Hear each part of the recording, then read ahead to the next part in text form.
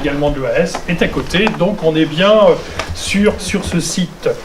Alors je tenais à excuser M. François Goulard, qui est président du conseil départemental, qui est représenté par Marie-Odile Jarlégan. Je tenais à excuser également Jean-Claude Baudret, le maire de Pénétin, Mme Françoise Fonmarty, maire de Ferrel, et Florence Prunet également, conseillère départementale, qui s'est excusée. Alors on est là, comme je le disais tout à l'heure, pour inaugurer ce nouvel espace autonomie. On rappelle que le département, dans son premier schéma départemental à l'autonomie qui a été adopté en décembre 2017, je vois la dernière qui arrive, c'est bien, mais elle est de Ménéac, alors il faut l'excuser. Donc, je rappelle un peu l'inscription dans ce schéma qui avait été prévu par le département, une réponse territorialisée adaptée pour les personnes âgées ou handicapées et leurs familles. Voilà la déclinaison. Je crois que la définition, on l'a pris à la lettre et on va l'appliquer et on a candidaté dans ce sens et on a été retenu à ce titre et justement c'est sur cette stricte application telle que ça a été défini.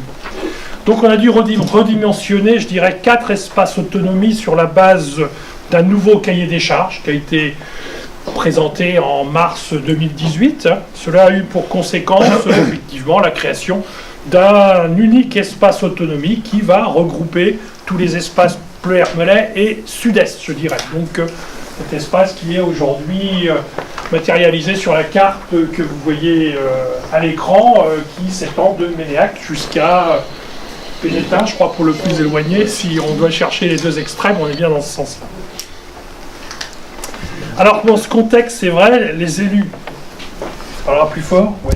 Bon, les élus du pays de Pleu-Hermel, Cœur de Bretagne, de Pleu-Hermel Communauté, d'Oust-à-Brocéliande Communauté, Questembert Communauté, Arc Sud-Bretagne, les communes de Ferrel, Camuel et Pénétin qui ont décidé de s'associer et de co-construire ce projet. Je veux bien le préciser, c'est un projet qui n'était pas justement standardisé. Il a fallu faire acte de candidature, le co-construire et en faire le nôtre. Et c'est ainsi qu'on a pu porter ce projet sur ce territoire Est-Morbihan.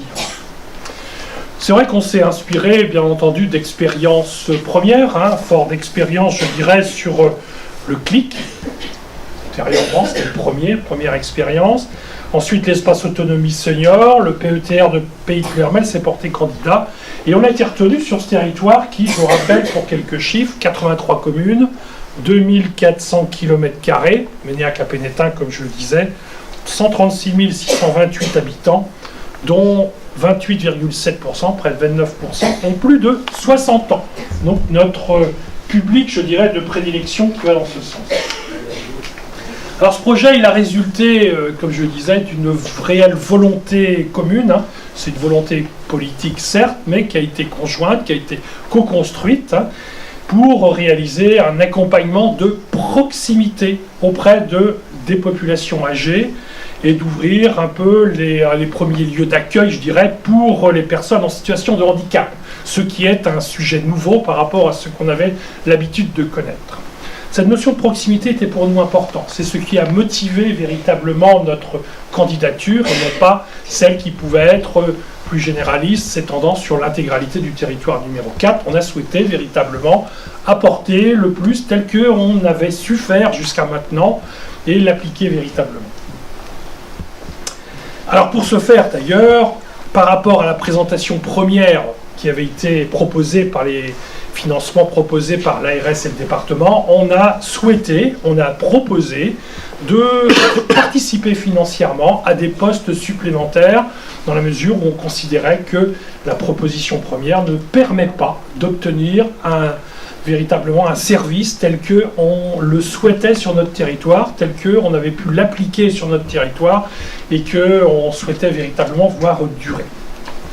Donc cette candidature répond à un objectif commun et partagé, assurer un service de proximité et de qualité afin de répondre aux besoins de l'intégralité de la population locale. L'espace autonomie, il se compose, je dirais, en plusieurs choses. Tout d'abord, un siège non ouvert au public au centre du territoire, sur Malétroit, ici même. Ce siège, quoique, il est un peu ouvert au public, il y a une petite ouverture, mais c'est la réalité un peu différente. Et de 4 antennes de proximité situées à Pleu-Hermel, à Guères, à Questembert et à Musillac. Ce sont les 4 polarités qui sont sur l'intégralité du territoire, qui permettent de couvrir véritablement, c'est bien défini sur la carte d'ailleurs, l'ensemble du territoire tel qu'on l'a imaginé. Avec cette organisation, le temps d'accès à une antenne, temps d'accès moyen, qui est réalité, c'est 14 minutes. 14 minutes, ça semble tout à fait raisonnable. On imaginait que si la réalité première, qui était de faire un centre à Vannes et de rayonner sur l'intégralité du territoire de santé numéro 4 qui va jusqu'à Ménéac, je crois que là, où est-ce qu'elle est cachée, la mairesse de Ménéac? Elle est là-bas. On envisage déjà 1 heure, au moins 1 heure, quoi, je vais dire. Donc on est là vraiment à quelque chose qui nous semble beaucoup plus raisonnable. Alors, le fait que le siège soit mal étroit permet tout d'abord d'être, pour les agents, d'être à mi-distance. On a véritablement choisi la centralité. Mal étroit est vraiment l'épicentre de ce territoire défini, que ce soit pour aller dans les antennes ou pour les visites à domicile, pour les gestionnaires de cas. Pour les professionnels, c'est aussi d'être à distance raisonnable pour les rendez-vous avec les responsables ou alors avec le pilote Maya. Malétroit est aussi reconnu comme étant un pôle d'excellence ou référent, appelons ça comme on veut, gériatrique. L'objectif est donc de véritablement d'y trouver également un pôle de référence médico-social approprié qui soit à proximité. Donc les antennes sont basées soit dans des pôles de service, des maisons de service ou public ou des sièges des intercommunalités. Ceci dans un objectif, bien entendu, de mutualisation des services. Mutualisation des ressources, par exemple au centre de ressources à Guères, à Questembert communauté, Arc Sud-Bretagne et Douste-à-Brocéliande communauté en ce sens. On peut les trouver aussi dans des lieux de passage qui constituent à la revitalisation des centres-bourgs. L'exemple type, c'est la galerie marchande, le Trait d'Union à Pleuhermel. On avait choisi effectivement cette galerie marchande. Pourquoi? Parce qu'elle a de nom que marchand, elle n'est plus trop marchande, mais c'est un lieu qui était opportun vis-à-vis d'une centralité, d'un lieu de passage et surtout d'une proximité vis-à-vis des populations, plutôt que de les mettre au siège historique du pays qui se situe aujourd'hui au 2e étage d'un beau bâtiment, mais il faut y aller, quoi. Pas toujours facile à trouver pour tout un chacun, je dois le reconnaître. N'est-ce pas, monsieur le directeur? Les chargés d'accueil et d'accompagnement seront sur ces sites et ne partiront pas du siège. Bien entendu, on ne fait pas le central au siège pour partir ensuite de façon à avoir évidemment une optimisation des déplacements et d'avoir un service qui soit plus efficient, notamment à se permettre plus d'évaluation à domicile dans la journée, dans la mesure où les trajets seront contenus, je dirais. C'est pas qu'ils sont moindres, c'est qu'ils sont contenus. Alors, dans cette organisation, permet d'avoir un numéro unique. C'était le but de rechercher, d'avoir un seul numéro qui permet d'avoir un interlocuteur sur l'ensemble du territoire, donc une même information, je dirais. D'avoir de larges amplitudes horaires d'ouverture de public dans chaque antenne, un service efficient, évidemment. On a devant nous le panel de tous les représentants qui vont nous représenter justement sur l'ensemble du territoire, service efficient. Une réelle continuité de service prenant en compte des absences, les congés, les maladies. C'est véritablement le fait d'avoir un regroupement nous permet de pouvoir pallier ces difficultés ponctuelles qui sont des réalités.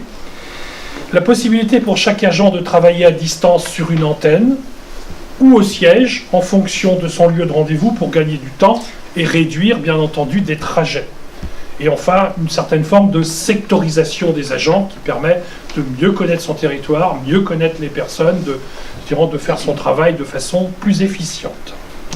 Pour résumer, si je dois le dire, c'est une équipe de 13,8 ETP pour ce service qui se déploie sur l'intégralité du territoire Est-Morbihan, respectant, comme je disais, proximité, qualité et bien entendu réalisation des nouvelles missions. J'ai parlé du handicap, c'est nouveau et c'est certainement un service qui sera grandement apprécié par les personnes concernées sur notre territoire. Jusqu'à maintenant, on devait se rendre effectivement sur des sites vannetais. La mise en place de cette nouvelle structuration et de poursuivre bien entendu cette dynamique partenariale d'accompagnement des personnes. Alors, je souhaite tout d'abord, bien entendu, remercier tous les présidents et vice-présidents des 4 PCI, ainsi que les maires des 3 communes associées qui ont décidé de faire cause commune et de nous accompagner dans cette nouvelle aventure. On a pu démontrer que, justement, cette candidature, que les territoires, quand ils ont des choses à dire, des choses à faire, sont capables de s'associer et de proposer au département, mais aussi à l'ARS, une nouvelle organisation qui dépasse, je dirais, des dispositifs frontaliers classiques et qui aujourd'hui on est capable de travailler ensemble. À l'issue de cette inauguration, je crois qu'on ira, on va tout d'abord signer officiellement la convention de services unifiés, puis on aura l'occasion certainement de visiter les locaux à côté, n'est-ce pas, monsieur le directeur? Je tiens à remercier bien entendu tous les techniciens pour le travail mené cours de 2018 et qui a été bien entendu certainement un peu fastidieux, mais ce travail a permis les prémices d'un long travail de mise en œuvre, je dirais, pour sa réalisation de ce service. Je tiens à remercier aussi bien entendu le département pour sa contribution et je dirais son oreille attentive. Hein. C'est comme cela que je dois le résumer. Hein. L'occasion de se rencontrer à l'hôtel du département avec Jean-Rémy Carvalho notamment, et Marie-Odile, qui a permis de faire avancer des choses et qui nous a permis de présenter un dossier qui soit véritablement en conformité avec ce qu'on attendait nous, mais ce que le département était en capacité d'entendre, et conjointement l'ARS, bien entendu. Donc voilà, je tenais à le signaler là-dessus. Bon, on va sortir. Bonjour à tous. Je suis très heureuse d'être parmi vous aujourd'hui pour l'inauguration de ce nouvel espace autonomie. Le département est effectivement le chef de file de l'action sociale et médico-sociale sur le département. Il définit cette politique et veille sur son territoire à la cohérence ainsi qu'à la coordination des différents acteurs, comme on le soulignait Patrick en particulier avec l'ARS. C'est en 2012 qu'ont été créés les espaces autonomie senior. Le but de ces espaces, c'était d'avoir une structure de proximité et une politique de l'autonomie.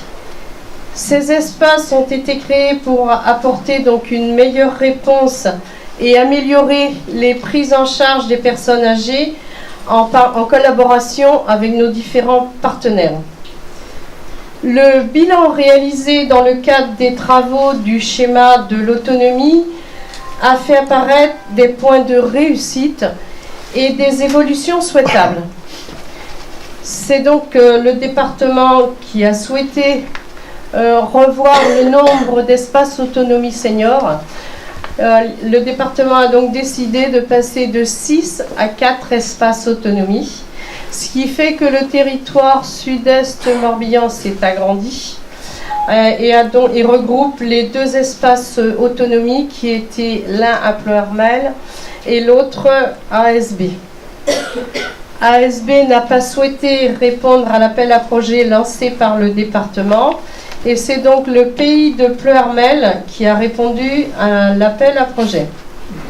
Après beaucoup de travail effectué par les personnels des 2 espaces autonomie senior et des rencontres entre élus des 2 territoires, des moments de découragement, des doutes et enfin un appel à projet est construit et déposé pour le nouvel espace autonomie qui s'appelle maintenant espace autonomie. Le S senior a été supprimé parce qu'il englobe le handicap.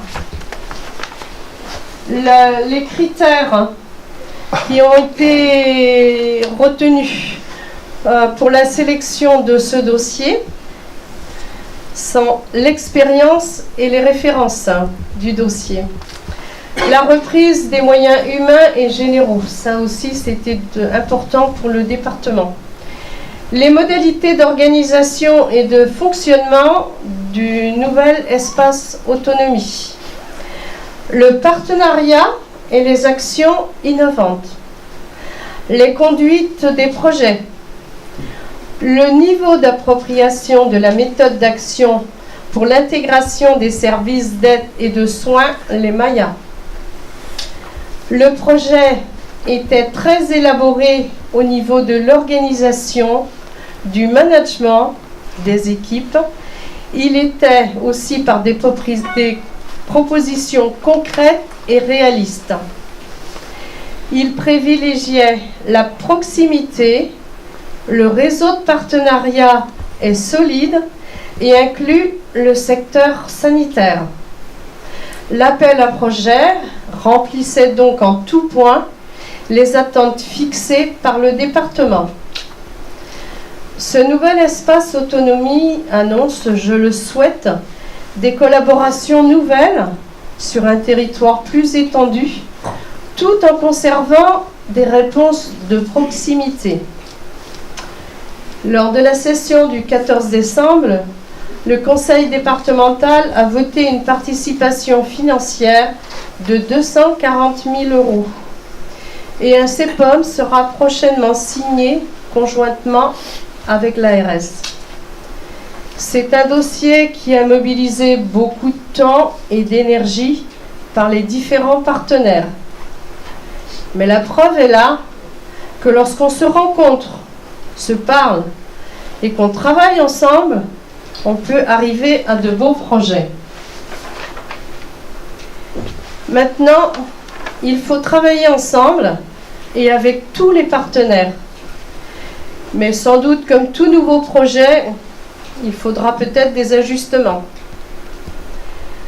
Mes deux collègues qui sont avec moi aujourd'hui, Martine Guillas-Kérinel et Marie-Hélène Herry, suivront ce dossier de très près, comme nous l'avons déjà suivi depuis le début. Et surtout, si vous avez des problèmes que vous rencontrez sur le terrain, n'hésitez pas à nous les faire remonter. Avec le département, nous essaierons de trouver des solutions. De la discussion, des solutions émergent. Bon vent à l'espace autonomie et très bonne année à tous. On va dire que le siège de l'EAS ait été choisi ici à Malétroit.